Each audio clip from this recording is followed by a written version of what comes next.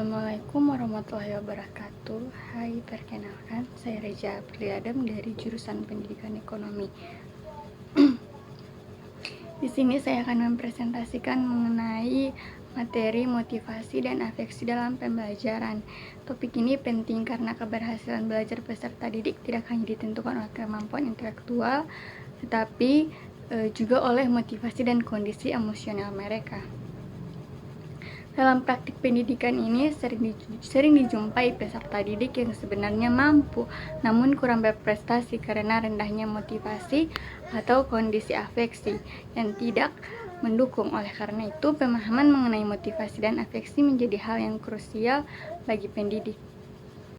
Baik teman-teman, selanjutnya kita masuk ke bagian materi, yaitu mengenai pengertian motif, motivasi, dan juga afeksi, di mana motif dapat diartikan sebagai dorongan dasar yang berasal dari dalam diri individu dan menggerakkan seseorang untuk bertindak. Motif ini bersifat paten atau tidak selalu tampak secara langsung. Kemudian yang kedua ada motivasi, di mana motivasi ini merupakan manifestasi dari motif yang teraktif dan mendorong individu untuk melakukan suatu aktivitas tertentu, termasuk aktivitas belajar. Motivasi berperan sebagai penggerak, pengarah, dan juga penopang perilaku belajar.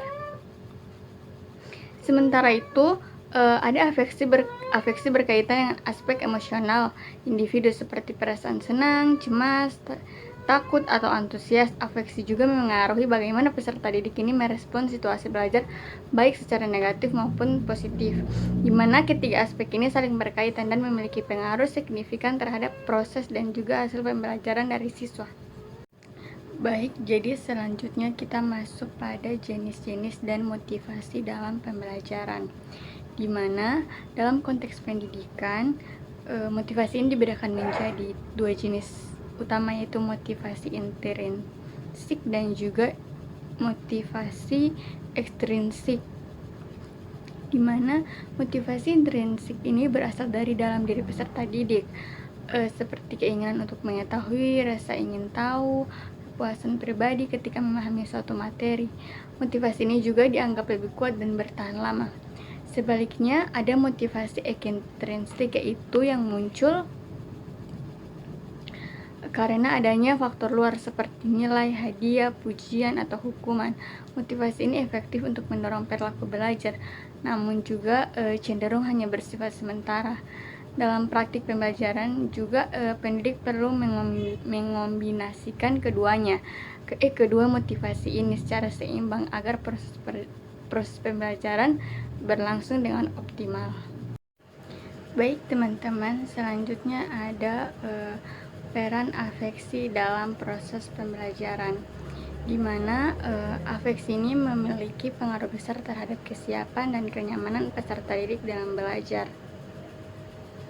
Emosi positif seperti rasa aman dan senang dapat meningkatkan konsentrasi dan juga daya ingat.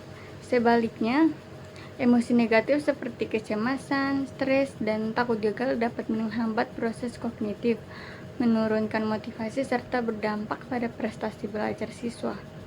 Oleh karena itu, lingkungan belajar yang kondusif secara emosional sangat diperlukan agar peserta didik dapat berkembang secara optimal. Baik teman-teman, selanjutnya ada peran guru dalam meningkatkan motivasi dan afeksi, di mana guru memiliki peran strategis dalam menumbuhkan motivasi dan menciptakan kondisi afektif yang positif.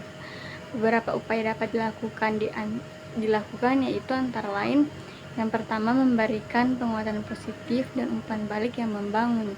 Kemudian yang kedua, menciptakan suasana kelas yang aman, nyaman, dan juga menghargai perbedaan. Yang ketiga yaitu mengaitkan materi pembelajaran dengan kehidupan nyata peserta didik. Kemudian yang keempat, memberikan kesempatan kepada peserta didik untuk aktif dan berpartisipasi. Dengan strategi tersebut, peserta didik akan merasa dihargai, termotivasi, dan juga lebih terlibat dalam proses pembelajaran. Baik, jadi selanjutnya ada faktor-faktor yang mempengaruhi motivasi belajar, di mana motivasi belajar dari peserta didik ini tidak muncul secara tiba-tiba, melainkan yaitu dipengaruhi oleh berbagai faktor internal dan juga faktor eksternal. Di mana faktor internal ini yaitu meliputi minat, kebutuhan, tujuan pribadi, kondisi fisik, serta kondisi psikologis dari peserta didik. Peserta didik yang memiliki tujuan belajar yang jelas dan minat terhadap materi cenderung memiliki motivasi yang lebih tinggi. Sementara itu, faktor eksternal mencakup lingkungan keluarga, lingkungan sekolah, gaya belajar, guru, metode pembelajaran, serta sistem penilaian. Lingkungan belajar yang suportif dan metode pembelajaran yang variatif dapat meningkatkan motivasi belajar secara signifikan. Pemahaman terhadap faktor-faktor ini penting agar pendidik dapat merancang strategi pembelajaran yang sesuai dengan kebutuhan peserta didik. Baik, jadi selanjutnya ada strategi meningkatkan motivasi dan juga afeksi dari peserta didik. Untuk meningkatkan motivasi afeksi peserta didik ini, pendidik dapat menerapkan beberapa strategi, yaitu antara lain penggunaan metode pembelajaran yang interaktif, pemberian penghargaan yang bersifat edukatif, serta penetapan tujuan belajar yang jelas dan realistis. Selain itu, penting bagi pendidik untuk membangun komunikasi yang baik dengan peserta didik dengan menunjukkan empati serta memberikan dukungan emosional ketika peserta didik ini mengalami kesulitan belajar. Strategi ini bertujuan untuk menciptakan pengalaman belajar yang bermakna dan menyenangkan sehingga peserta didik nantinya terdorong untuk belajar secara aktif dan juga mandiri. Jadi selanjutnya ada dampak afeksi dan motivasi terhadap hasil belajar, di mana motivasi dan afeksi ini memiliki dampak langsung terhadap hasil belajar peserta didik, yaitu peserta didik yang memiliki motivasi tinggi cenderung menunjukkan ketekunan, konsistensi, serta keterlibatan dalam proses pembelajaran.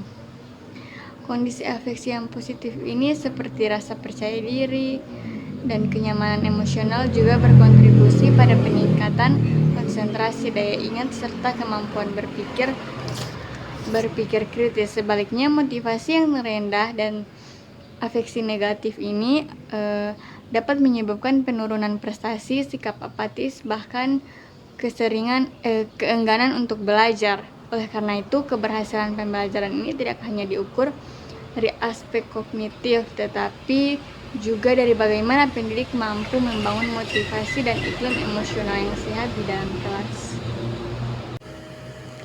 Baik teman-teman, selanjutnya ada contoh penerapan dalam pembelajaran, yaitu sebagai contoh seorang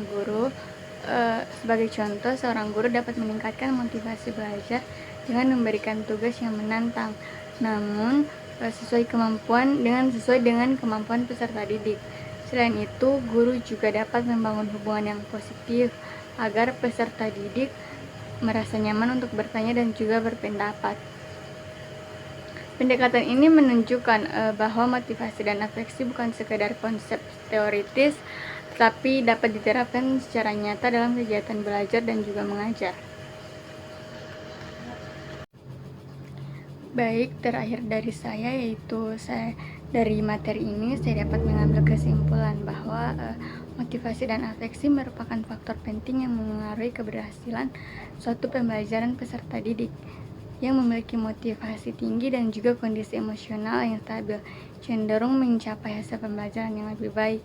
Oleh karena itu, pendidik perlu memahami dan mengelola kedua aspek ini secara optimal dalam proses pembelajaran. Baik, itulah presentasi dari saya Regia Aprilia Adam, pamit undur diri. Terima kasih atas perhatian yang diberikan. Wassalamualaikum warahmatullahi wabarakatuh.